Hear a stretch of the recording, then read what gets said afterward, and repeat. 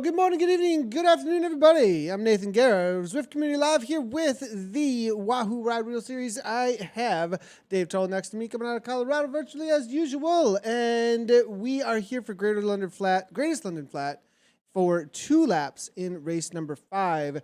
We got about a minute and a half to go to the start of the race.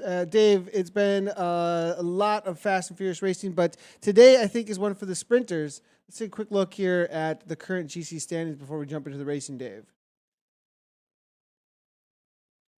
I would have to say, I think you're right, Nathan. The extra today is going to be in the length of the race, and we'll find out how things are going to sort out. We look at Andy Turner, though, on top of the leaderboard. This is round 5 of 7 for the Wahoo Ride Reel Race Series. So you can look at the GC based on time. It's about a half a minute back to Hawden there, Andrew Hawden. James Barnes sitting in 3rd. George Mills Keeling, our top U23 rider. He's sitting there in 4th. Zach Herod in 5th. Rick Anderson, Neil Richards, Simon Collard, Rob Wood, and Simon Archer rounding out our top 10 right now. That's for the A's. Nathan, we've got 4 categories. We'll jump right in with the B's. And Luis Pinheiro, the Portuguese rider, holding on with a 249.53. And you can see that's a pretty significant advantage there over Jono Martin out of Wales. Then we've got Mike Taylor, Sebastian Kuhn from Germany, Otto Slavos, the American there in 5th, Stuart Hardy, Havard Thomason, the Norwegian in 7th, Scott Barber out of the UK in 8th, Stuart Bullock. That's Scottish Stuart Bullock there in 9th, and then Scott Ennis is in 10th. That's the B's. I'll throw it to you, Nathan, for the C's. Yeah, and the A's are just getting out on course. The B's are going to be starting in just a moment here, but let's just take a quick look here. It's top 3 in the C category. Julian Beiser, longtime viewer and rider out on Zwift. Good to see Julian still hammering away and has a good lead, it looks like, with that 309.18. David Green, followed up by Warren Honey in your top 3. And then as the racing is getting underway, we're going to jump on over to and BJ Alfonso, still hammering away. Good to see BJ Alfonso, followed up by Michael Peach, and then it's going to be Raymond Fonnell. That is your situation in the D category. And those are going to be based on number of races, I believe, there that have been participated in. For a little bit of discrepancy there between the riders and their times out on course. So let's go ahead and jump right on in with the race, though, as the A category. We will be jumping in with the Bs a little bit out here today as well. But it looks like right from the get-go, a little bit of push off the front here. Interesting to see with the flatter course. This is a very difficult. I've almost never seen anybody get away on this section, but it's going to be Cormac Mcgill.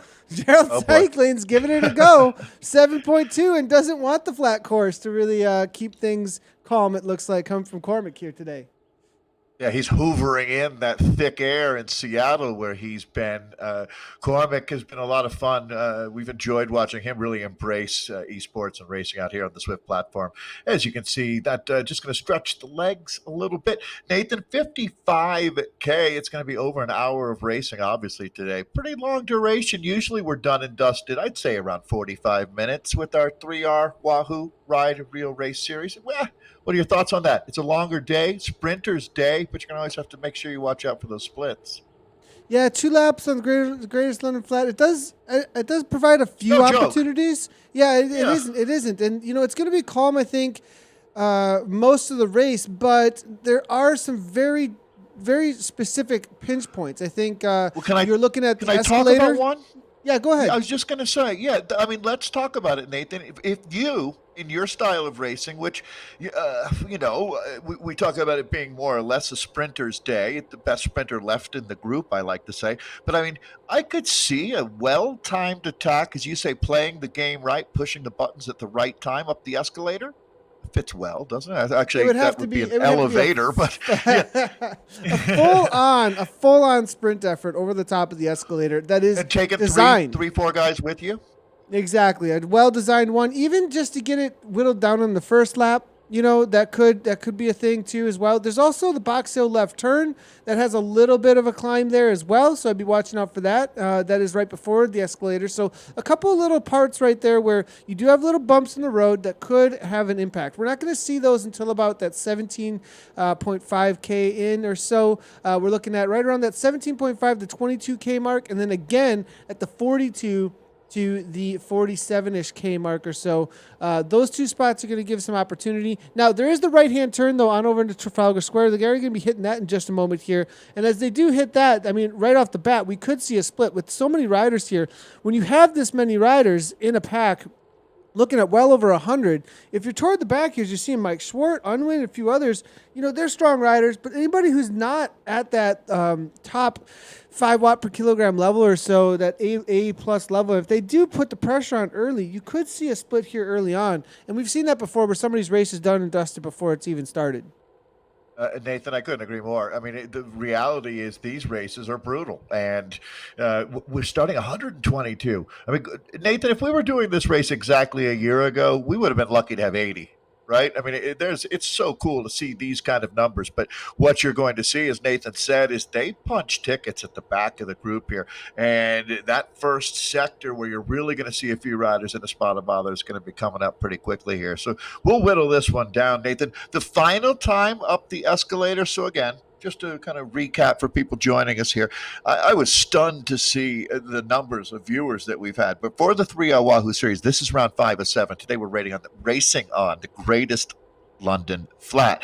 It's 2 laps on this circuit, so we really got a good look. But almost everybody in this, I mean, well, let's be honest, if you can race in this group, you're going to be familiar with some of these guys, intimately familiar with the parcours that we're racing on here today. Little surge happening right now, Nathan, as we watch the front of this. These guys never take it easy on each other. As I said, no quarter asked for, no quarter given. I would never expect it to be different.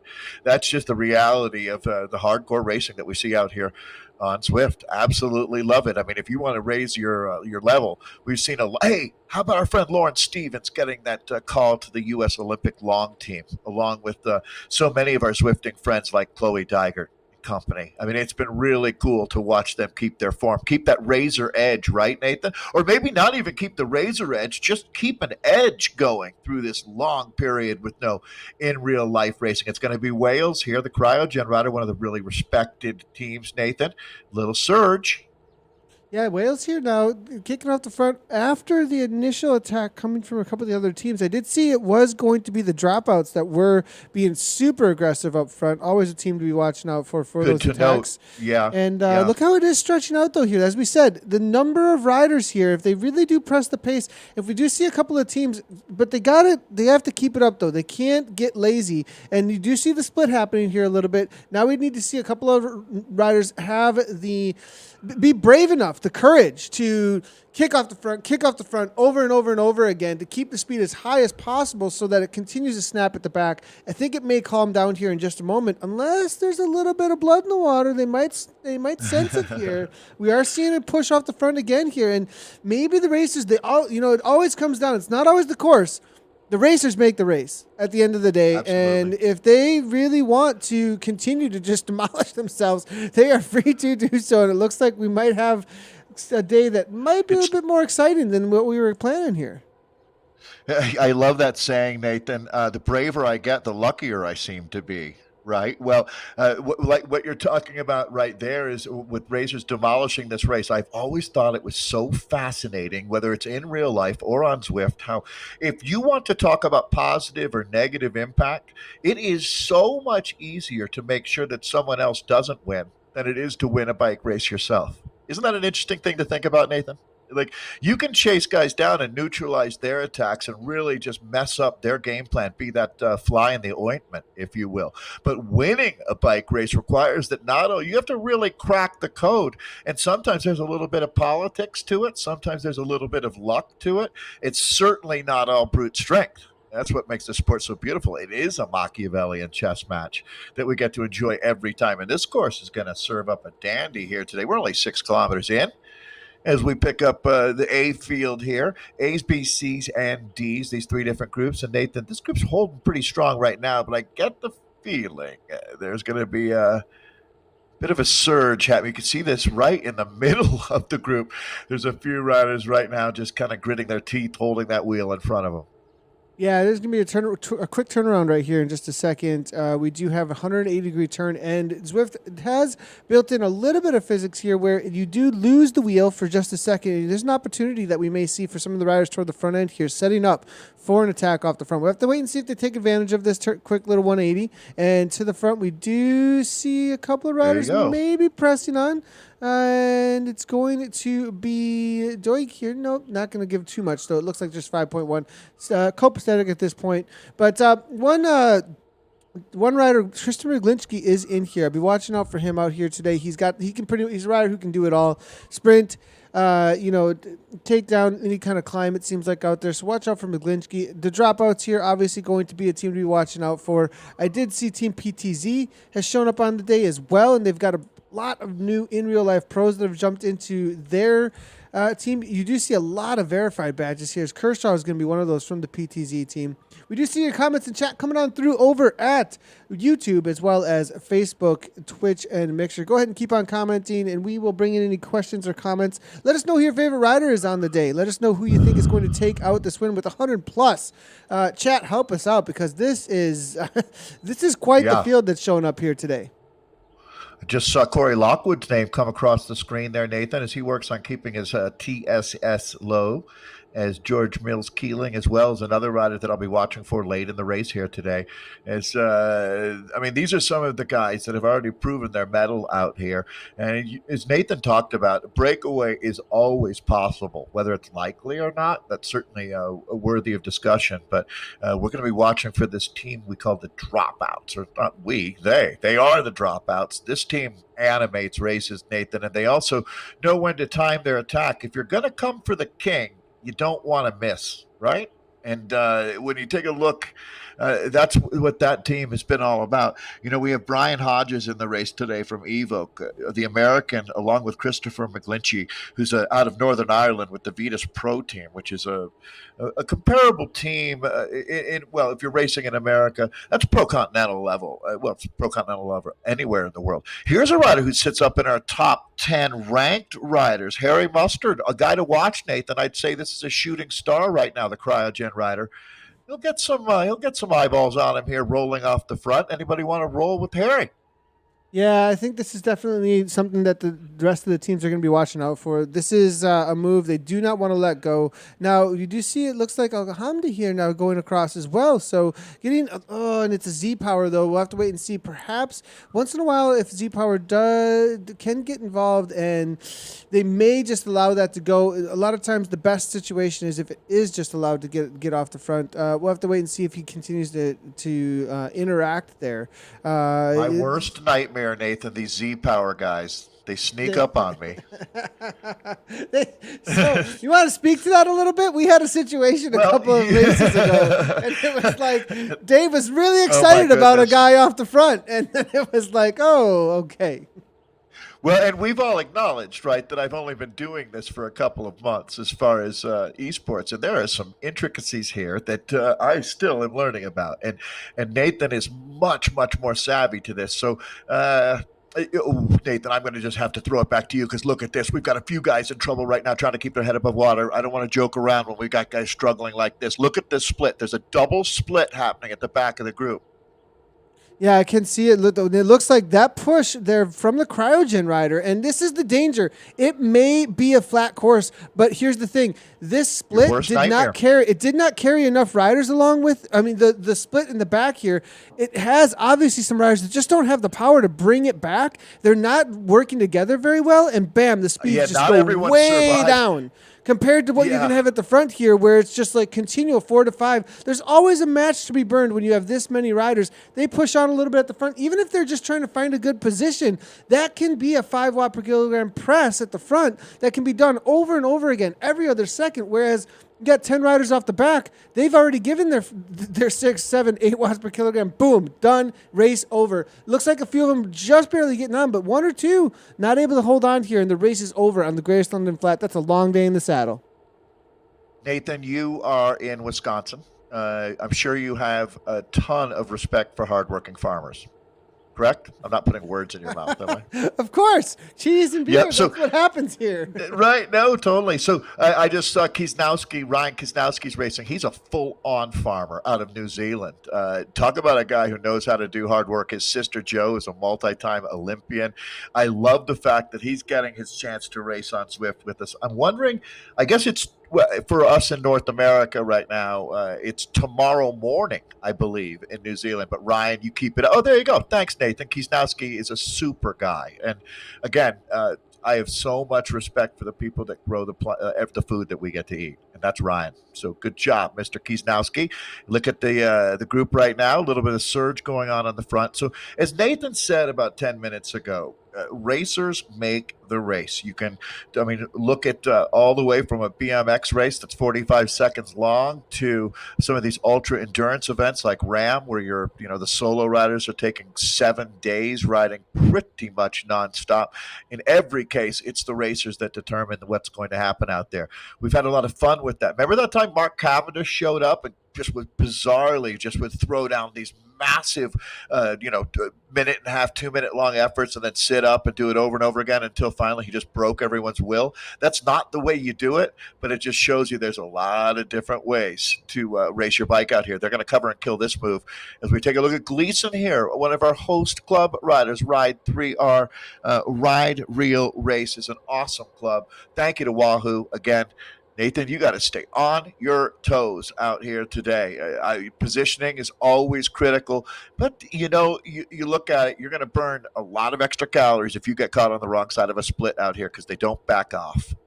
And this is one of the sections that we may be able to see a little bit of a split. That initial kick over the little left-hand turn climb there, and then this is another little uphill gradient there, 2%. It's not anything severe, but you could see something get away after those speeds down through that underground for just a moment here. You do, again, riders at the back, just hanging on, whittling it down little by little here, maybe the name of the game for some of the teams that might be looking to attack later in the race. Making the race as hard as possible because you can't just sit around and then wait for a 15-second sprint over the elevator and think that it's going to break everyone. There's too many strong guys. There's just way too many strong guys. So we really have to have a hard race up front, and maybe some of the teams will have some workhorses here that are just their main job is just to make this as hard as possible, completely blow up early on.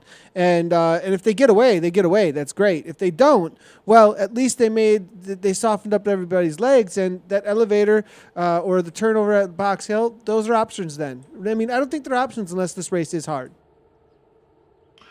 Yeah, so Nathan, when you look again with our A group here, 122 riders taking the start.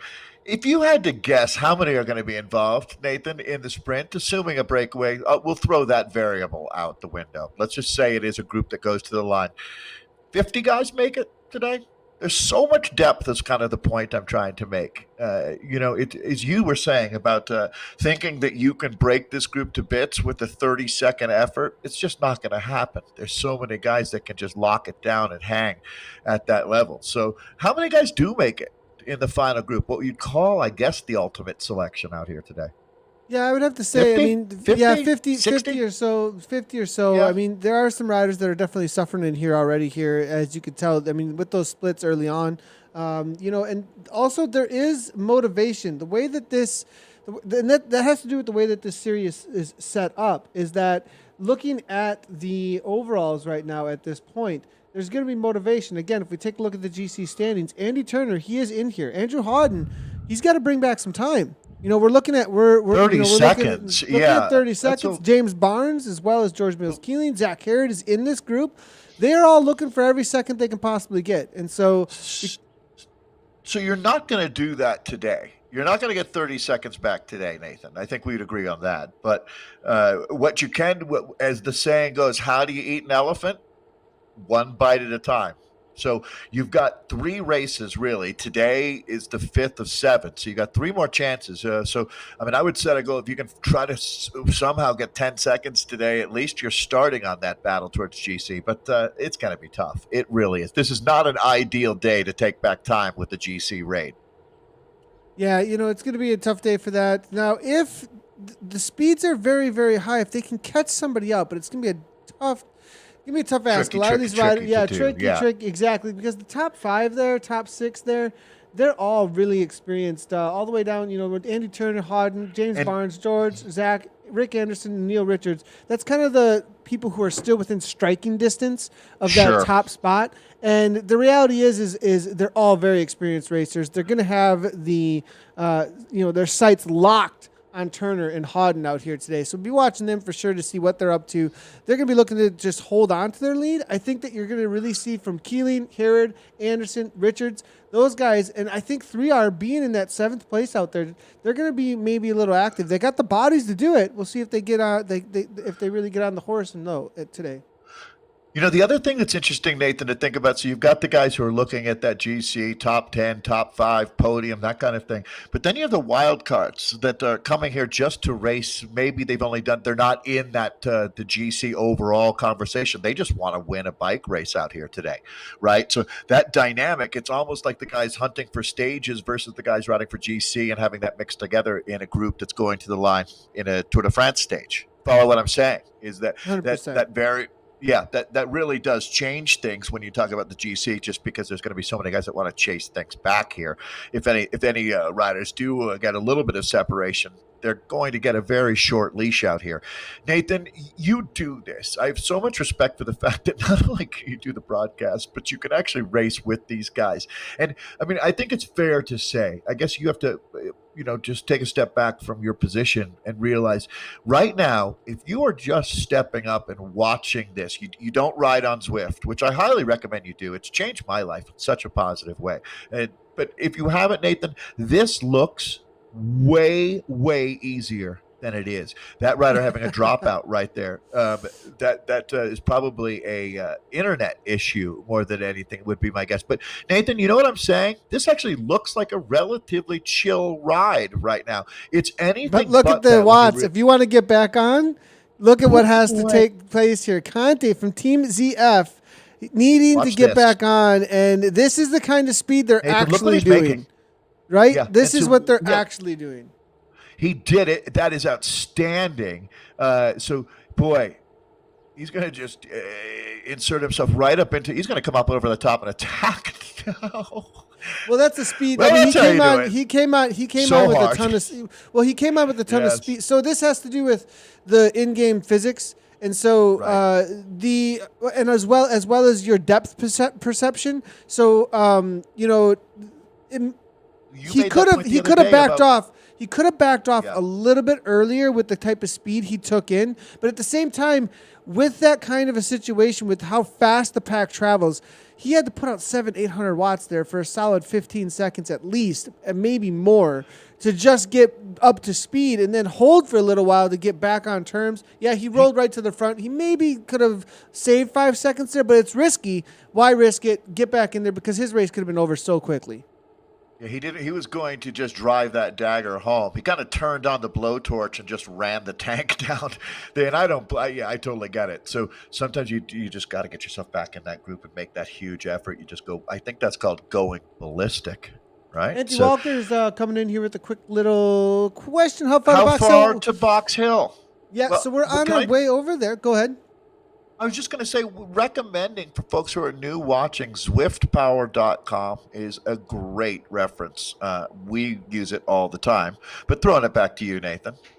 Yeah, so we'll be hitting the turn at about the 18 and a half kilometer point. We're actually on our way on over there right now. We're going to head down into the underground, down the other side of the escalator, and then heading over toward the left-hand turn by Box Hill. We're actually not going to be going up Box Hill today, I believe. Yeah, I'm pretty sure we're not heading up Box Hill. That would change a lot. That would change a lot, but it's greatest London flat, so we should not be on Box Hill with the flattest course, where the flatter courses out there out on Zwift. But it'll be a left-hand turn over toward the escalator, I believe. Don't tell Eric Min, but I'm boycotting Box Hill, Nathan. It makes me feel too slow. It's just insane how long that climb is. Box Hill is a very, very difficult day. Very difficult day. It really is. It never lets up. It's no Alp to Zwift, but it certainly has its It's character. So, all right, we were watching Team ZF rider Conte. He was the rider. We think a power drop out there, Nathan. What was your guess on what happened? I have a feeling that's exactly what went down there. That it was a power dropout. The rider just for a moment maybe had to jump off. Well, I mean, I was thinking maybe it's not always a power dropout. We've got a lot of dads inside riding trainers here, and sometimes I've got oh shoot something, I forgot this, or I need to do this, or somebody needs something, and in the middle of a race, quick, boom, get back on the bike. So the things happen. You're at home, and life is life. Yeah, exactly. Life happens. Hey Nathan, I'm gonna make. You know how sometimes I. And swing there goes for the Box fences? Hill on the right, just so everybody knows. Box Hill on the right. Bye-bye. We head on left-hand turn now, and this is the significant climbing section here. We go uphill, a little bit of undulations, left-hand turn over to the escalator again, and we are going to be hammering, I think, through this section because this is the opportunity. And now we got the attacks in the front. They want to split this up. Yeah. This is it. Okay, they're turning up the gas, Nathan. I'm going to make my prediction for you. It's going to be an Argentinian win today. There's two monsters coming out of Argentina, Juan Cruz Araldi and Leandro Messinillo. We've talked about both of these guys. They come in certainly as danger men. That's going to be the mighty Zach Herod. All right, Zach, good job as he's starting to insert himself into the conversation. Nathan, they're whittling this group down. Here we go. So, again, a long race, 2 laps out on Greatest London Flat today, but this is still out on the first circuit here.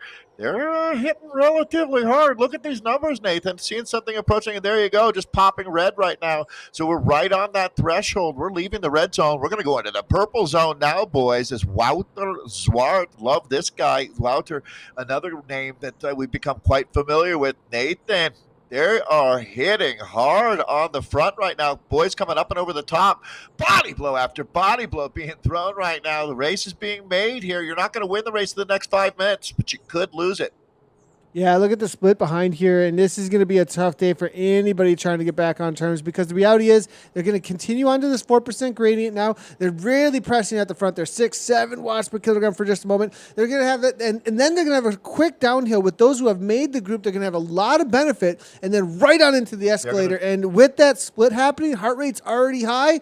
Trying to push 10 watts per kilogram over the top and keep the speed, this is going to split up. I think we are going to be looking at about 60 riders or so getting away here. Look at it. There's already a chase group. That's forming, a huge gap. That's suffering. it. They're not coming back. Yep, Nathan, you make such a good point about the game aspect here. If you get in a group that's motivated, has some momentum going up and over the top, and they continue to push, there's no way you're rejoining. I mean, listen, when you're at your limit, there was a reason you probably got dropped out of this group in the first place, and now you're going to try to come back and redouble your effort to do that. I mean, it just takes a super effort. Not many can do it.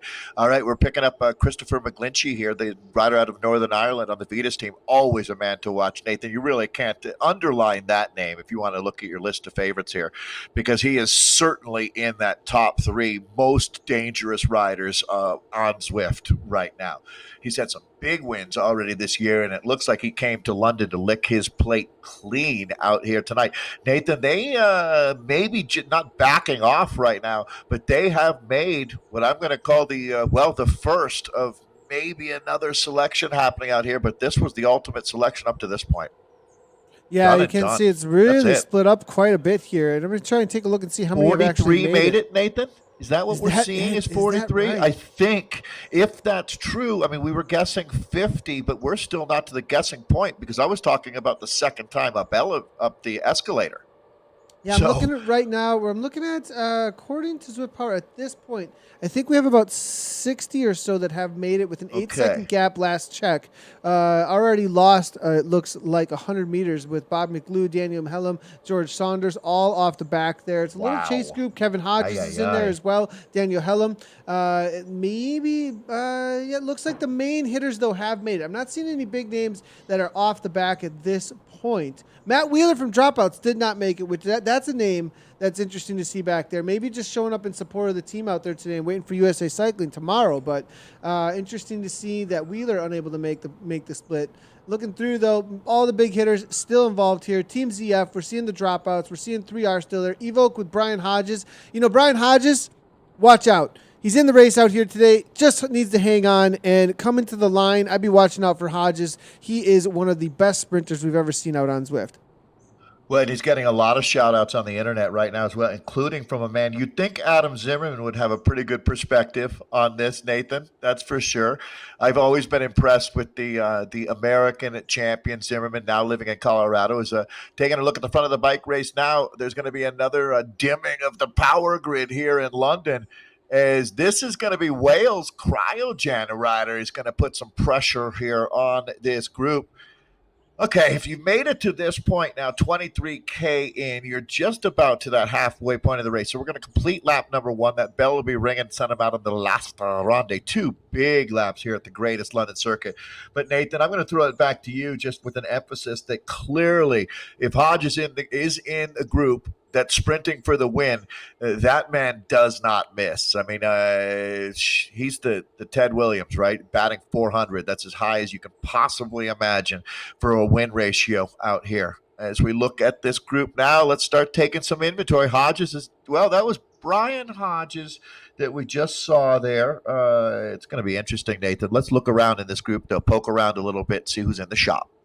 Yeah, we are seeing real quick little shout out to Matthew Wales there with the push off the front. He was the rider that was the instigator on the front there over the top of the escalator. That's the first time over the top. It has done some damage, as we were saying, but most of the riders, it looks like, have hung on through here as I'm looking at the back of the pack. 3 are hanging out toward the back, but the Cryogen rider, Matthew Wales, I think is most likely working for Mustard out there today and the rest of the Cryogen boys to try and make sure that they make the race as hard as possible. Matthew Wales recently, it looks like his most recent race, 3R Watopia Hilly race, though, taking a win. He's got a lot of W's lately, a lot of 3R races, it looks like. And watch out for Wales out here today. I am not seeing anything but first and seconds in all the races that he has done since April 23rd, actually. Well, Kiss race, Kiss race on the 11th for a 4th, but that's it. Besides that, I've been watching out, and this is not a rider I'm actually super familiar with. Level 39, Team Cryogen. I have heard them a lot in the chat lately. They've been hanging out a little bit, saying, "Look, we're making another push and looking to represent a little bit more." And so, with them being in this top spots as well in the series, just have to watch out for Cryogen. I think trying to make a splash today. Harry Mustard, a rider that we're going to be watching today. Sounds like he was a member of One Direction. Doesn't that name? It just seems like a star. But we'll see if he can make his star tonight here in London. Or it is nighttime, just about there in London. There's Irishman Cormac Mcgill. We have really enjoyed watching him race. This young man who goes to Fort Lewis College, the Skyhawks up there down there in Durango. Here on the He's attack. making some watts. Yeah, this man is turning himself into the Irish wattage cottage here now, Nathan. Let's see what Cormac can do. Riders would want to work with Cormac. He's the kind of guy that collaborates quite well in a small group. I would think. Let's see if anybody, if a break is going to work. They gave him some definite distance here. Now it's going to be hard to hang on to this through this section, but you just don't want somebody to be tries alone. to go across. Yeah, that's let's tough. get him some help. Let's get him some help. Let's see if anybody wants to get up and race with Cormac here today. And now, this is Tommy the thing, here Nathan. No one's going to get baited into it. Tommy's pushing the pace at a time that, I mean, on that downhill, that's just going to bring it back. And maybe that's what Tommy wants to do here. He wants to just bring it back. It wasn't enough watts per kilogram to try and go across. You need orange numbers to close down this kind of a gap and get away from the group. Otherwise, you're just pulling them along, and that's exactly what's happening here. 8 seconds still. Cormac's probably saying, come on, somebody. Need another body or two here. Yes. He needs a couple riders to go from station to station here. You know who I would think? I see the name popping up on the chat right now, Nathan. The Kirk Myers Nation. So all our friends in Austria and around the world, really. Michael Kirk Myers is another man who's created a movement on Zwift out there.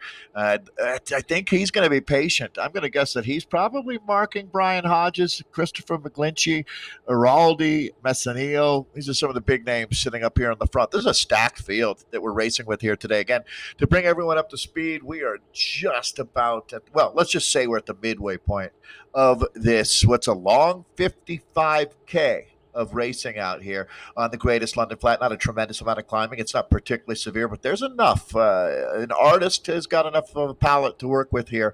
A breakaway artist, that is. It looks like, is this going to be Ingers, Nathan? Tommy Ingers making his way across? Yeah, looking to try and Join get under the wheel, Cormac. it looks like, but with only 1 second and taking that right-hand turn into the square in just a moment, there's going to be a lot of numbers popping over the top. Yeah. They're going to need a little bit more time, I think. Now, It's like, there's a reality if Tommy Goods comes across here, it didn't take a lot of effort for him to get there, recognizing, I mean, at 183, though, maybe already at his limit, but could sit in for a moment, come over the top again, and bring a couple others with him. Yeah. Cormac's probably going to have too many matches burned to go again over the top of the climb, though, in just a moment here. yeah, this is kind of like showing up at a party at the same time as the cops get there. Just no fun, because it's just not an ideal situation for a breakaway here. You're going to see this getting shot back into the field here. So, all right, Nathan, good. You know what? We do have a moment. We've made some selections. We got 2 riders dangling off the front, but I think we're going to hit the reset. So let's go ahead and take a look at Alana's question here. It's interesting that many favor the Tron bike on the flat route. So talk about that for us. You seem to have the best understanding of anyone I've met of explaining the difference and why these guys are using the Tron bike today, because there's a good example of a bunch of them. Yeah, so I think it is interesting. I think Alana's point is that she seems to be a very educated rider when it comes to Zwift, racing out here. And I would agree. The reality is that the Tron bike is not the fastest bike. And so, because of that, it is going to. Then I think the reality is it's all about the bling bling. There is what it's not necessarily about the speed. That showing off that you have the Tron bike is kind of a big deal for a lot of people, because there's so much effort that goes into it. Climbing 50,000 meters out on Zwift, it takes quite a long time to make it happen. We do have attacks at the front here, though, as I see a Tron going off the front a little bit here. We'll see if they can jump in with them. It does look like it was a dropouts rider. Not surprised one bit with that. As they are always super aggressive in these races. It is going to be the green jersey on the front there. Going to be dropouts trying to make moves. We'll see if we can get up to the front. It does look like Zwift Carbon. And Dan J. Coordinated attack from dropouts now. See if they can push on. Oh, Dan boy. now 3.3, 176 beats per minute here. Evola trying to come back, it looks like. Yeah, so the Dropouts team is one of the most coordinated outfits, Nathan, that we have racing out on Esports right now. So when they start getting in the mix, it just got real out here. Even though that comes back quickly, they are stirring the pot right now. So get ready for some animated racing coming up here over the next few kilometers, Nathan.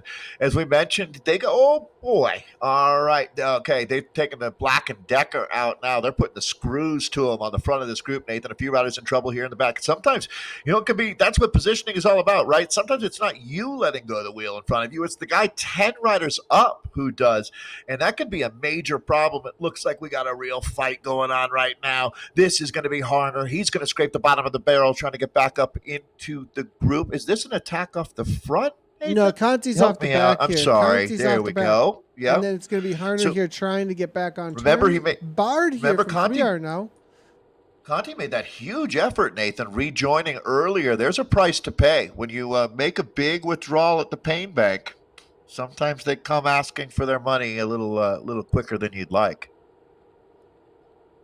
It looks like Bard here, 2.8, 2.9 now. They're going to settle things right on down, take a right-hand turn. They're going to be starting their next lap number 2, in just a moment here on this Greatest London Flat. We're 29K in, so I think this is kind of, we're getting into a situation where people are going to start thinking, okay, we've made the first 30K here at this point. 1 lap to go. They have familiarity at this point of what points seem to be the real contention points. Points where somebody could make a move. Take us through the sprint to the finish line now, Nathan, because this is some important recon here. You can see it's flat, 0% grade. So, talk us through it, please. Yeah, so as we just saw, the situation is going to be, it's going to heat up pretty quickly into the last few K with that climb into the square. It's that left-hand turn after the square. We just saw an attack through it. That was kind of a warm-up almost. That will put some heart rates a little bit high, and if you don't have a wheel to follow through there, if you don't follow correctly, you could kind of find yourself way too high in your heart rates, way over effort for what you need for a sprint situation. Then through here, it's going to calm down. As you can see, it's going to be a 180-degree turns, and this is going to be the section everyone is going to be waiting for, is this 180-degree turn, because being in the right position is going to be so incredibly important, because not being in the right position at this point, it could be done. It could be all over. If you come around this corner, people are going to be accelerating immediately from here to set up to be the first one across the line. And Nathan, so often we see there's the surge. There's the guy who survived that, and then who have the ability to go up and over the top of it. And that, wouldn't you say, is how you win? I mean, it's not that initial surge that wins the race 99 times out of 100, to be honest. It's the 6 guys that can survive that, stay in the wheels, and then use that slingshot to take the win. It's really impeccable timing is required to win out of a field like this. Nathan, I don't think that's 60 guys anymore. I think we lost a few more here along the way, kind of quietly seeing riders dropping out of this group for one reason or another. Although it is relatively large, I think it's going to be pretty close to what we were talking about I'm going to say half an hour ago, when we started thinking about how many riders would be in that group, at least the final time up the escalator, which brings you into the meat and potatoes of the finale of this race. Here we go. Wales is spinning. Matt Wales, correct, has been exceptional out here today. But you, Nathan, have been talking about him doing some good work for the team, keeping the pressure on this group. He's got a teammate that we're going to be watching for a little bit later. That's Harry Mustard. Yeah, and I have a feeling Wales here trying to set things up for him a little bit. But Zach Harrod, and then this is an interesting move, and this is a section we did see last lap that put the pressure on enough. That 1% uphill gradient seems to be just enough to put the pressure on. Mcglinchey, when he gets involved, you know something might be happening. He jumps right on the Zach Harrod's wheel. That has to have alarm bells ringing. Yeah, absolutely, Nathan. Yeah, Richards here now. It looks like things are strung out now. Bard's trying to get involved. Are some of the other riders? Hodges is keeping his eyes peeled, it looks like here, making sure he's in the right position. As soon as Mcglinchey goes to the front, you can see these little splits. They really do matter. Now Messineo getting in position, saying, "Okay, is they going to go?" It doesn't look like it's gonna get any of the big names in any trouble. But with 2 seconds back, George Keeling not in a good spot. It looks like here, 172 actually gonna have a right hand turn. Trusting maybe too much. If we have, at this point, with how stretched out this is, if 3 or 4 of those riders at the front decide to sprint into some sort of orange number right now, the pace will just go bananas at the front. Now Keeling says, okay, yep, right to where I need to be. Moving up, yeah. Because look at the split. You can see, though, yeah, you didn't have the right mix for that. You're exactly right, though, Nathan. That was the most dangerous of the moment of the race for these guys. And you can see it's still dangerous out here. We're watching our man George Mills Keeling, a talented under-23 rider coming out of the United Kingdom. And right now here, Nathan, the race is on full throttle here. So go ahead and put the accelerator down on the floorboard. You're going to see riders now fighting to get back up into this group. So, Nathan, it is going to be, we talked about 55K. I think it's going to be a little closer to 60K of racing that we have if you're watching on the odometer out here, as we're already 33 kilometers into this slugfest going on out here right now. So, Nathan, I heard it was 62 riders, actually. It's a little hard to tell just by eye, the thumbnail sketch there, but 62 riders were sitting up in this group, and it might be a little bit less than that after that last surge there. Taking a look here at a very, very competitive group as they continue to whittle this one down. Here, a lot of people talking about Hodges. I'm looking at Mcglinchey, Messineo, Araldi today. These are some big names, some very dangerous sprinters out here, Nathan, still in this group. Look at B. Downs here from Innovation now, trying to get back on terms, and look at the kind of wattage he's having to put out and unable to close it down. For the last minute and a half or so, I think he's been putting out over 450 watts, and the group continued to go away from him. This is what we were talking about when it comes down to you cannot be inattentive. You cannot let a wheel go. All that was 3 or 4 of the top riders. We saw Mcglinchey and a few others. The cryogen crowd went to the front. They pushed 500-600 watts on that 1% gradient. Boom, done. Game over now, it looks like, for the Innovation rider. And that's going to be less support there for no other than James Barnes, who is currently sitting in third place overall from Team Innovation, actually at 2:33.30 there, only 3 seconds behind Andrew Harden. So I don't know if he put on a lot of work out there today for the Innovation team. I have a feeling that Barnes needed all the support he could possibly get out here, and too bad to see Downs off the back there. It looked like he had the power to hang on, just lost the wheel at the wrong time. Boy, yeah, it's so much just like in life, that timing there. It's, if you are lucky enough to have a power dropout when they're not applying the pressure, a strong rider will be able to rejoin. But when it's all out on the front and they're just relaying up and over the top of each other, going full gas, I mean, it's just too much. So, I mean, it's part of the reality of you can't afford to miss a step out here in the world of esports racing. You really can't take your eye off the ball, as they say, using a mixed metaphor there. As we take a look now at this group, these are the gladiators of the road. If you made it to this point, you are at a super high level. And now we get to find out who the cream of the crop. Look at this rider moving up right now, Nathan, in the orange jersey through this group here. As you can see, you get the feeling they're getting a little bit chippy in this group. Everybody fighting to maintain position, as they should. It's going to make a big, big difference trying to keep that TSS, your workload, as low as possible so you've got something left. For the sprint, you want to keep at least one wooden fireplace match ready to light in that last 200 meters.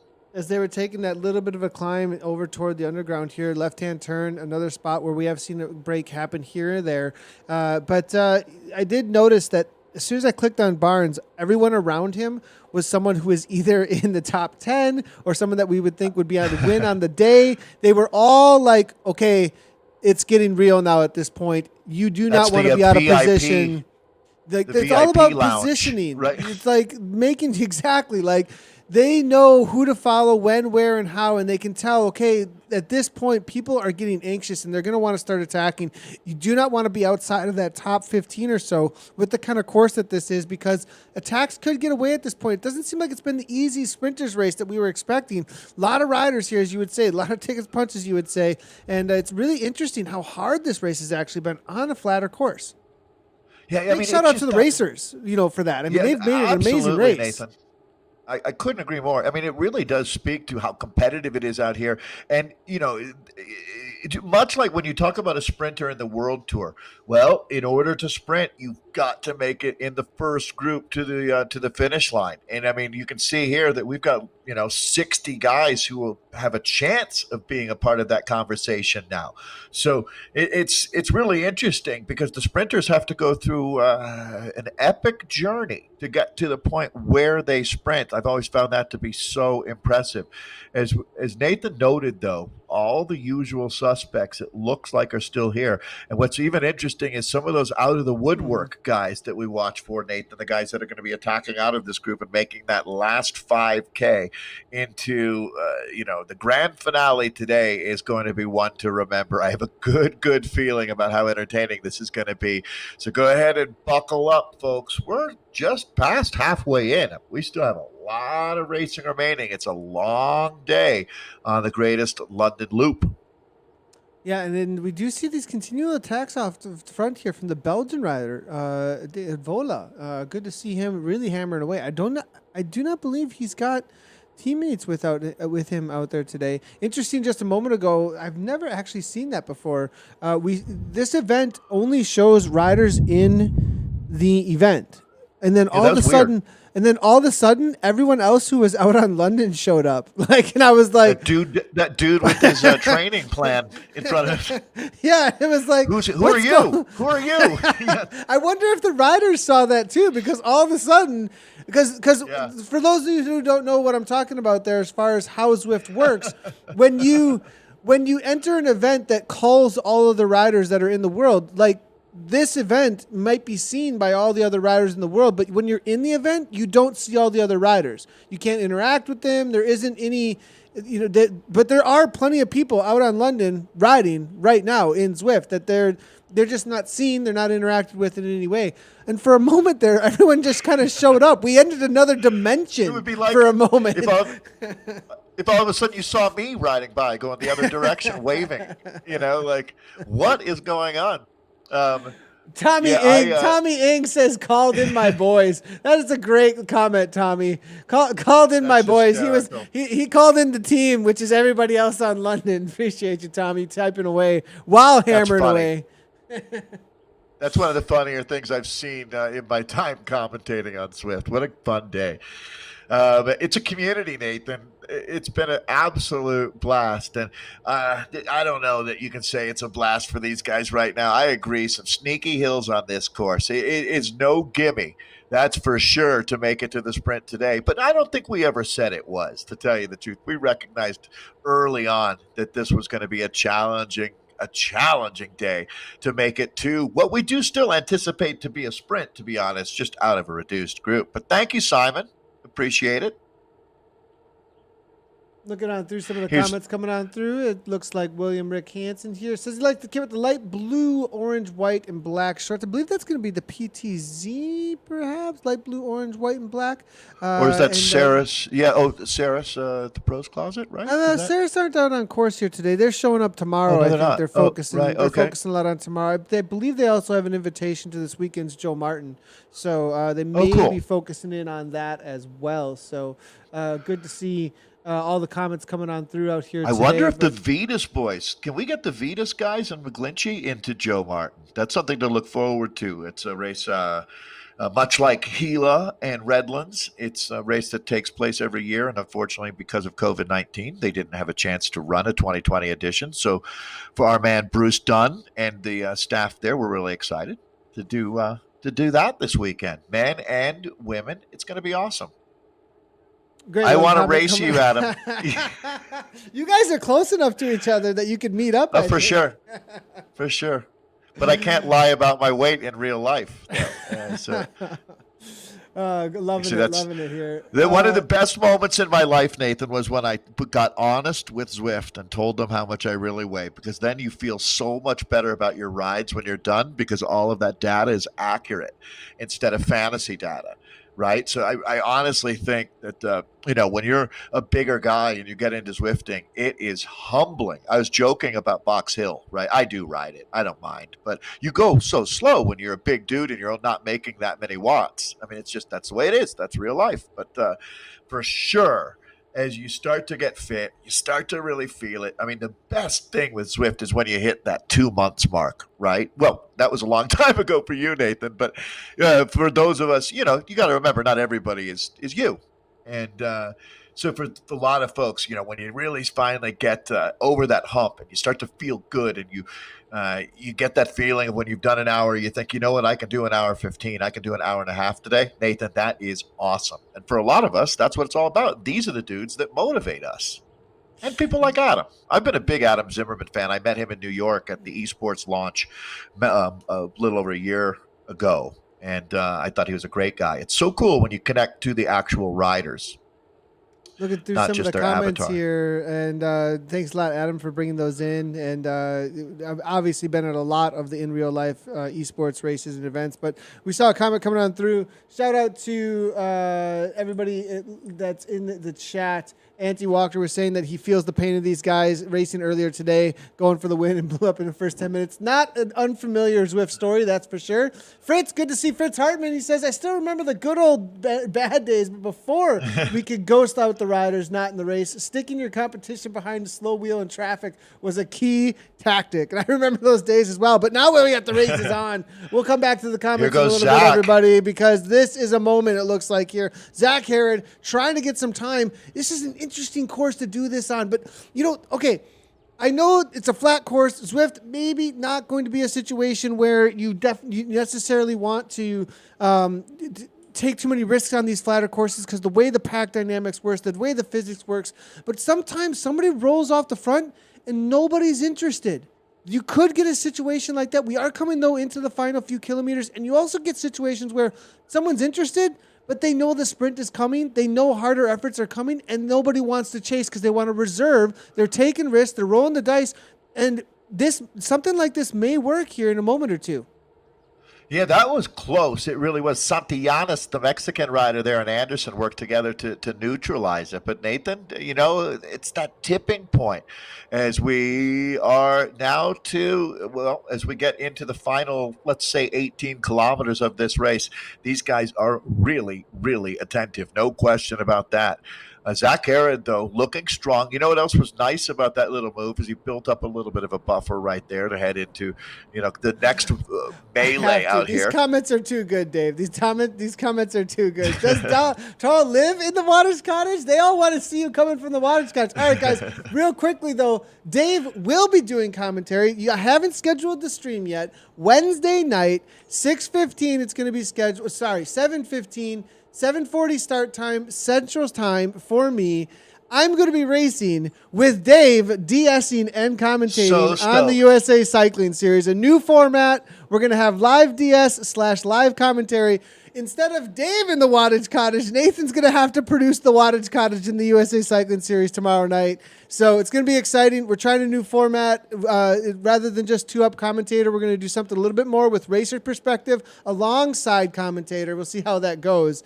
I don't know how we're still trying to figure out the production on some of it, but we definitely want to do more of that, make it exciting. Maybe one day I'll commentate and Dave will race his race. The D race of WTRL. It won't just be me yelling, Vanga, Vanga, Vanga into the mic either. I promise. We're going to have some real fun with it. And you guys are awesome. I love your support. And the late, great Amy Dombrowski told me once when I complained to her about criticism, she said, you got to give it as good as you get it. Right. And so I love your comments, folks. I love this community, Nathan. So, okay. Well, they were absolutely animating things there as we were joking around a little bit. Our man, Zach Herod, is on a good day today. So as they say in Belgium, good sensations in the legs there for Zach. So I'm certainly going to mark his name down, put him on my short list for favorites to watch. Oh boy. Talk to me, Nathan. Look at this. These guys got the sledgehammer out, and it's hammer and tongs right now. Big numbers, big moment, Nathan. Yeah, it's first kick that puts a little bit of sting in the legs. The second kick, though, through this section, there's going to be another 4% gradient in just a moment. And this is really the section where you can make the splits happen. You do see Mcglinchey knowing exactly that, looking to follow Kershaw from PTZ. Hodden, currently second overall in the series, lead 30 seconds between him and Andy Turner. Where is Turner? Is Turner into this still? He's going to be following wheels most likely at this point. I'm not sure this is going anywhere. Kershaw continues on at 8.3. Now the pack comes on. Now the splits are starting to happen at the back, though. Here it is. We're going to whittle this down, I think, to another maybe 20 riders. We'll have to wait and see. If they push the pace hard enough here, they could take that turn down into the escalator, kick again, have a small group for the sprint rather than this large 30-plus coming to the line. Never underestimate the guys who know how to play the game, because Zwift, I talk about it being a community. It's certainly a place to get exercise, but it is also a game. Obviously, you are the engine. Let's hope now that you brought your A game, because it's going to be a thrilling finale. We're watching those kilometers ticking off the odometer very, very quickly here. So we're let's say 15 kilometers to go. With this group, Nathan, is the business end. This entire race is the business end, to be honest with you.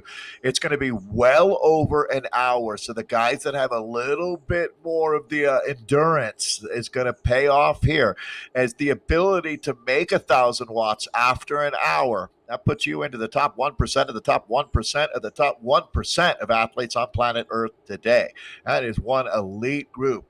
As we're looking at the strongmen here now, it's so hard to make your mark, though, Nathan, right now. I mean, when you look, do you want to come up and over the top of this group? Well, it looks like we got one rider who does. It's going to be Zwift Carbon. Boy, they've been active today. Interesting to see Unwin off the back here. Pink as well. So interesting, trying to get back on terms, just barely going to do it. It looks like Unwin from Innovation, 190 beats per minute to Stephen Pink, though. Yeah. Looks like over for the Dropouts team. Maybe can Pink, he's almost there, but at 3.5, it's not going to happen. They're rolling away that slow death march that you see. It's like watching the train leaving the station and you're not on it. Unwin, barely getting back on. Advola? good to see him still hanging on after all those early attacks here, but they continue to press on at the front. Now they're getting into the super tucks. Anybody who's on a wheel at this point should be able to hang on at the front. It was Turner, though, a moment ago. There's Zwift Carbon with the dropouts. This is your current series leader in a good position here, just following wheels. Look at the heart rate. This boy is keeping things calm and cool.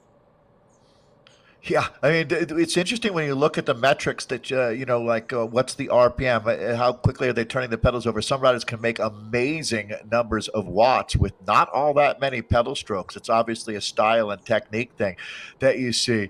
It's a nervous time to be sitting in this group, especially. I mean, we've talked about Brian Hodges, Christopher Mcglinchey, Juan Cruz Aral, the two Argentinians, actually, is Leandro Messinillo.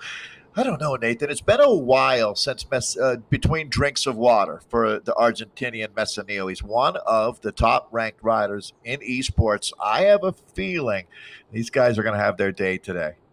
We'll have to wait and see. Mcglinchey is still in here, and the one thing with Mcglinchey, he's been. We talked a lot about him weeks ago. I think he tapered. He's kind of been a little bit calmer in the Zwift racing scene the last couple of weeks. I have to double check that though. See if maybe he just hasn't been showing up to a couple of the broadcast races. But I have a feeling Mcglinchey is going to be fresh today. I just have a feeling him and Kirchmeyer as well as Hodges. That's the three I would be looking for if it does come to a sprint. Some of these other riders, they're just looking to hang on and keep their time in the series. If you were a gambling man, Nathan, those three names that you just gave us, that's a pretty good guess at a trifecta here. The Kirchmeyer, three Hodges, guys in Mcglinchey no particular the line. Yeah, in no particular order either, right? I mean, I just see those three. That group of three would make. It's almost two favorite stacked, if you know what I mean. That would mean that nobody came out of the woodwork like Zach Aaron today. Because there's always going to be that rider that comes out of the woodwork on you. Even at this point now that we've advanced so much with the level of racing. I mean, look at Hodges. He's so stabby. So he's the monster to beat. Yeah, he's been quiet today, and that is your worst nightmare if you're going up against Brian Hodges, is he has never had his back up against the wall out here. So he's ridden a very smart race. Brian Hodges is that really great mix. Go ahead. Let's get some data here. Mcglinchey, hit me with data. 4.2. 4.2. Think of this, though. At the front, Zach Herod, 5.0, almost a full watt per kilogram, right? Looking at Hodges here, Evoke, 4.3. We're looking at some of these numbers here, 4.1 from Russell Batchelor. These are the guys you're going to be watching out for, the ones that have been just sitting in the ranks, making sure they don't put their nose in the wind too much, saving every last ounce that they could. Scott Gleason from 3R, another rider, 4.0 there. So, some of these everybody though, if you're making this group, you're over 4 watts per kilogram for almost an hour, which is insanity. Yeah, it really is when you think of Ryan Kiesnowski sitting up there in this group as well. That is just such an incredibly high level. I'm not familiar with that rider because Kiesnowski, that's not a rider I'm actually familiar with. You were talking about him being the farmer out of New Zealand earlier today. So maybe on the watch out he's for got Kiesnowski? The genetics. Well, he's the guy that started cracking these top tens. He's getting better and better. I'm not so bold to call him as a podium shot today, but I'm saying, look, he's made this group. He's positioning very well. I'm a believer in Ryan Kiesnowski. So let's just wait till we see the results, Nathan. But I bet you're going to see that beautiful New Zealand flag making its way into the top 10 today. So that's what's so fun about this sport. Niels Heldon, loving this comment coming through here. I've got to do this one. This is just too good. Escalation on the escalator. He's saying he's hoping, and then that hope and update turns those escalators on from Saunders now so that would be kind of cool actually if you could do sort of a switch, some sort of a switch or something that you do something special. Super tuck right, AB select start for those who might know what I'm talking about there, and for some reason the escalator turns on and gives you a little boost. That'd be kind of cool actually. So it was noted by Adam Zimmerman, it's 7:30 a.m. in New Zealand right now. But the good thing for Kiesnowski is they're not dairy farmers, so he doesn't have to get up and milk the cows at 5 in the morning. They organic vegetable farm is what they do. All kinds of vegetables there. It's good to learn more about these riders. They're the in real life personalities that make up these exceptional athletes. So Hodges, Oh boy. I mean, I guess especially if you go by looking up polling the internet right now, Nathan, Hodges is the man to beat. But I think there'd be a lot of folks that would say, "Oh no!" As you, if you noted, Christopher Mcglinchey is a phenomenal talent. But look, this one's going to be a Donnybrook, a flat out Donnybrook, folks. You have no idea who's going to end up getting conked in the head with the frying pan in the last kilometer and just take themselves out of the mix, because there's going to be, Nathan, that's what's so beautiful about this race, this 3R. So 50, well, we're going to go with 60 kilometers of racing for the 3R Wahoo Ride Real race today. This is round 5 of 7, but this one is wide open. This is your selection. These are the gladiators. We've got them about 10K from the finish line right now, Nathan. And again, I don't 5K, know. Does someone come 5K from the finish line. Sorry. Oh, yeah? Okay. I apologize. Yeah, I had 55? that first lap at more like 29K. So that's my bad. Yeah, you might be, but I think we'll have to wait and see. You might be correct there. So, and you know what, though? This is where I have learned to trust Nathan. Believe me. There's no way that you should think that I'm correct over Nathan on these kind of guesses, because we'll see, though. We'll see. Maybe what he's gonna happens get me, or maybe he's gonna get. Maybe today Dave's gonna get me though. But I have a feeling we've got about 5K to go. 5K to go. So there's about a 1 in 100 chance, Nathan. You got, every dog finds a bone eventually, right? Yes, this is true. So hey, if you can't laugh at yourself, you shouldn't be doing this. That's for sure. So hey, you see Kirk Myers, Nathan, the Austrian, another guy I'd watch for today. Yeah, Kirk Myers got a huge turn of speed. He's hardly ever beat at the line here. And I was looking through some of the results recently for Mcglinchey, and he has been taking it a little bit easier on the racing, it looks like. Maybe getting outside a little bit too, but he recently did the Cycling Ireland Zwift League round 12 and took the win back on the 13th 3 days ago. I believe that's going to be then on Sunday or Saturday. WTRL time trial was the last one he did at 5.4, 403 watts for the Naga bombs for the duration of that time trial last week. But that was the last 2 races that they did. And interesting. That sounds fun. That sounds like something to be a lot of fun to be a part of. But, you know, as far as results go, it does look like he's taken down a couple of wins recently, but definitely been quieter. So I think Mcglinchey's going to be fresher. Kirk Myers was out in the racing we've seen him racing a little bit more recently. So I have a feeling maybe not going to have quite that same turn of speed. Hodges, though, another rider, has been a little bit more quiet. I watch out for Hodges as well. I think between Hodges, Kirk Myers, Mcglinchey, I'm going to have to go with either Mcglinchey or Hodges today. Kirk Myers, I'm not positive, but I think chat's going to disagree with me, though. Well, what's great is, Nathan, we can talk until I'm blue in the face, but a guy like Scott Gleason could come sneaking along. You get 2 dogs fighting for a bone. Third dog can come along and take it. Happens so often. So, and this isn't even talking about the guys like Zwart or Cormac Mcgill, who would be, your dangerous riders in the last couple K. If a couple guys attack and just can kind of sneak off the front, that danger is always out there.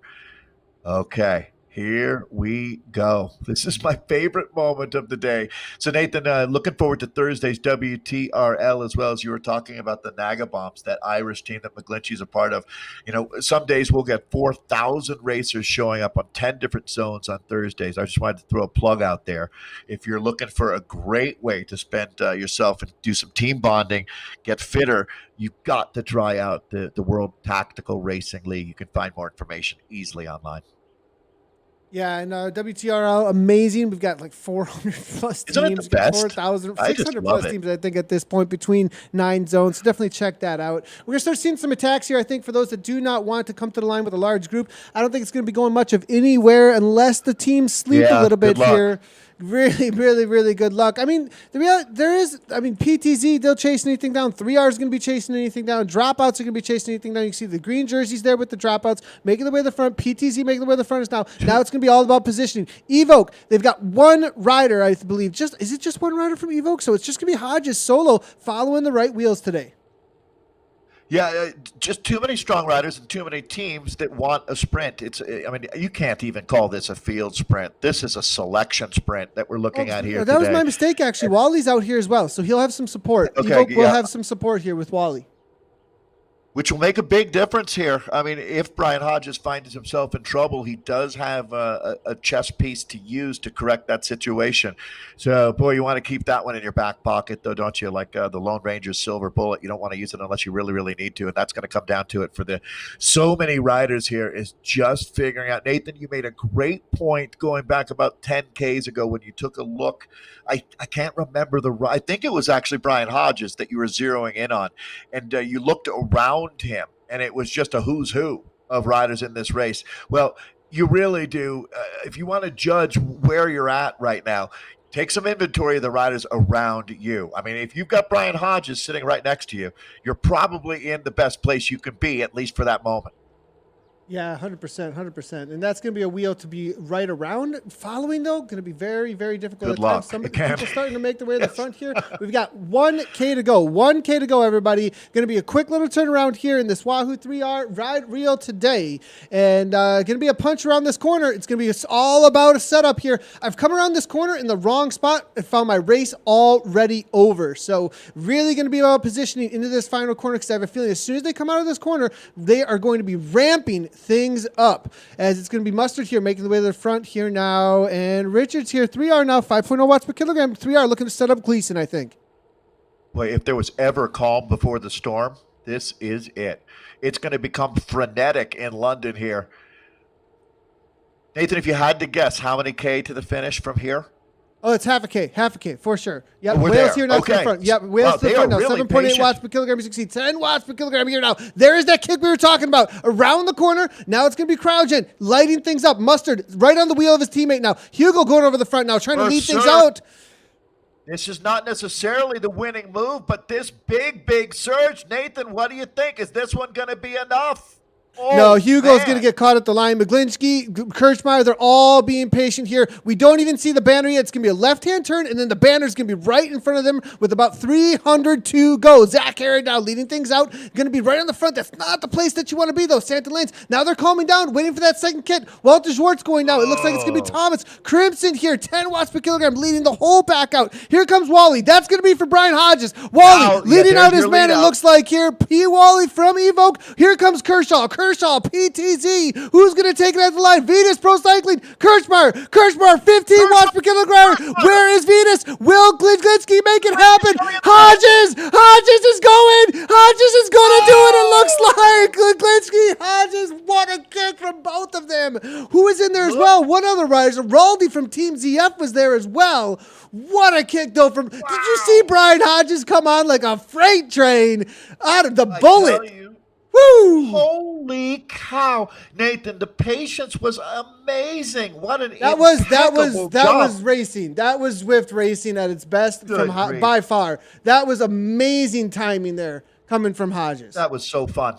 Yeah, again, that's why he's the king of London. Brian Hodges for the win. Boy, Mcglinchey gave him a run for his money there. Kirk Myers was in the mix. The usual suspects did not disappoint. A command performance. Nathan talked about it before, but the wins are sweet. But when you beat a strong field on a tough course, that's as good as it gets. Congratulations to Evoke and Brian Hodges today. Beautiful win. Absolutely. Amazing win out there today. We're going to see if we can grab a replay for everybody here real quick. I believe that we may have the replay. Yeah, we do have a replay here. Let's see. And amazing result there, obviously, for Hodges here. I want to take a quick look, though, at the slow-mo of how this played out because it was really very well played from that last corner, actually, by the team of Evoke here. So if we take a look here. They didn't get baited into going too early. I think that was the key to their success. Look at Wally. Great There's Wally. By Wally. Here's Wally. Yeah. You see him? He's coming right now. Third position behind Thomas and Zwart here at this point. Zwart's pushing 8.9 watts per kilogram. They've already been punched, I think, at this point. Wally now kicks to 11 watts per kilogram. As you can see, where is Hodges? Kirchmeyer's sitting in at 9.9 at this point. So Mcglinchey's at 8.6. So, and then there he is now, like top 10. Wheel, and here comes the surge. Look at Hodges way back. He's still not even within the top 10 at this point, but sitting perfectly. Amazing positioning. Wally's still kicking at this point. Kirkmeyer starts to go. Now Wally's moved to the front. Vita starts to go. Here it is. So this is now the moment where that last huge effort goes down. Yeah, so look at this real quickly here, everybody. You can see at this moment, Kirk Myers, 15. Vitas there, 15. Where is Hodges? Hodges is not even in, he's still 10th. pretty far back. He's Buried. buried right at the bottom. Yeah. You can see him right at the bottom here. Look at the timing on this, though. Watch it come on through now as we go ahead and see, boom, from the back to the front, 15, 16 watts per kilogram coming from Hodges. And just finds himself just flying through the pack. He used the speed of the pack, too, there, I think. Araldi also with a solid kick. I believe he got Mcglinchey at the line. And if the race was 50, I mean, he found the perfect gap in the window there to slide through while rolling through. That was amazing. Brian Hodges for the win. Mcglinchey holds on for second. Araldi, they got up there on the podium. Kirk Myers for fourth. Freddie Pett in fifth. Gringo in sixth. James Barnes in seventh. Tom Heel for eighth. Daniel Ricciardo in ninth. And Zachary Gunther rounding out the top 10. You can see the Canadian there. That's our A group. These results coming through super quickly. Always appreciative of Martin and Steven and their hard work. Thank you, guys. Let's go ahead and jump in with something that's going to be kind of fun here as well. We do have, I believe this is going to be the lead group for the B category. Yes, it is. And we can actually catch the Bs. Since it's such a long race out here today, the time's separated enough. So let's see how things open up here for the B category. I know that we do get a lot of comments. Hey, let's get some more of the categories covered out there today in the community. We always love to do so when we can. We definitely, a lot of times it's just technical when it comes down to whether or not we can get the coverage out there, timing and grab the cameras at the right time. But it looks like we do have Cryo Magpies. This is going to be a Cryogen, I think, spinoff. Cryogen Hawks as well. I think this is probably something to do with WTRLF. I wouldn't be surprised. Yeah, I would agree. As we're seeing the community growing leaps and bounds. Not all that dissimilar, Nathan. So these guys also started with over 120 riders, I believe, for our Bs here. So they whittled this one down even a little more severely than the A's did. Pretty small group coming into the last K of racing here. Yeah, it looks like probably about 25 to 30 riders or so. Race 3R well represented. Cryogen well represented, as you can see here as well. As far as a call out, BRT always extremely competitive. I think BRT and Cryogen can be the ones to watch out for. I'm seeing a Vikings team though there as well, so be interesting to see how this ends up playing out. Race 3R making the way to the front here. We've got less than a K to go to the line here again, so we're gonna be able to catch the sprint for this B category. It does look like Alfred W. S. Hardy now middle of the line. Now it's gonna be BRT with Harms though, the Netherlands. To the front on the Tron bike, 5.5 with the lead out train. We saw how it played out though in the last race. 10 watts per kilogram. That's a very early go here from Webb now. What a kick, 118 RPMs. Can he hold on to it though? Harms just ramps it up. Will it be a little bit too early? I think a rider's going to be able to, just use the speed from the pack because Webb, I'm not sure he's going to be able to hold on to this 2 seconds, but they may just be letting this go. Has he got enough wiggle room here? Fading though a little bit. They may Brown now. Yeah, Adam Webb, though. You got to love Adam Webb putting his foot in the water here, trying to make a big effort to hold on. But, Nathan, the problem is this. The big surge comes. The finish line is right there. They're going to take it down to 100 meters, and it's going to be Mcglinchey. Or is it? Mcglinchey holding on 10 watts per kilogram. Just enough, but no, it looks like it's Dano. Race 3R. Race 3R comes at the last second. Oh man, wow. And this is this course. It can be so difficult to hold on. The timing, so incredibly important. Nice job, the Dano there. Race 3R in the B category. Always good to see a couple of the other categories jumping in there for some of the sprints and making sure that we are getting the highlights as much as we can. As soon as we get the results in for that sprint, we'll bring it in. But we saw something similar there. It's interesting how that tactic was almost exactly the same. Yeah, it actually really speaks to the quality of this course. I'm going to look forward to racing on the greatest London flat more. That really, I tell you what, I guess it's a sprinter's race, but boy, they have to earn it. No gimmies out there today, that's for sure. That was an awesome day of racing. Holy absolutely great here. It does look like Dan O'Shea. I don't think the G's. Yeah, go ahead. Yeah, it just looks like Dan O'Shea just barely able to grab that sprint at the line there. Mcglinchey followed up by Brett Mulqueen in that B category. David Bagdon, Benjamin Sharp, Eddie Hand, and it's going to be Sarah Thomas, Pat Warner, Stuart Hardy, and then Joel Moore That is going to be your top 10 in Nathan? the B category. Yeah. Let me note, Ben Sharp there is a longtime USA Cycling junior national team coach. He works with all of the up-and-coming young Americans. He's out at the velodrome all the time, the Boulder Valley Velodrome. It's really cool to see Ben racing. Absolutely awesome. That's one thing we get a lot here, Dave, isn't it? Like Yeah. the cycling community, it's a huge world out there, but at the same time you get this common interest, and next thing you know, the world becomes really well connected. It's so cool to see how Zwift brings it all together like this. Well, just like we've become friends, I think the same thing. A lot of times you introduce me to people from esports world, and I'll introduce people to you from my in real life road racing world, and we always have a great time. Any friend of yours is a friend of mine. 100%. All our friends over in chat as well. We appreciate you. Racers, Yeah. great job out there today. It's been amazing today with the 3R. We'll be back obviously tomorrow with the USA Cycling Series. That is going to be happening tomorrow at 12:55 CST Central Standard Time, my time, 6:55 BST. So make sure to jump into that race. It's really heating up. We're going all the way through July with that race. So series, and then we'll have something new for you tomorrow. New format. Nathan's racing live. Dave's commentating, and DSing helping us get through the race tomorrow in the evening race. So that's going to be fun for the USA Cycling WTRL as well. And then obviously we've got this weekend with the Joe Martin stage race as well. So lots of streaming coming at us throughout the rest of the week. Dave, thanks a lot. Lots of fun today. As always, right on, Nathan. Cheers, everybody. Thanks for watching. We'll see you tomorrow. Right on.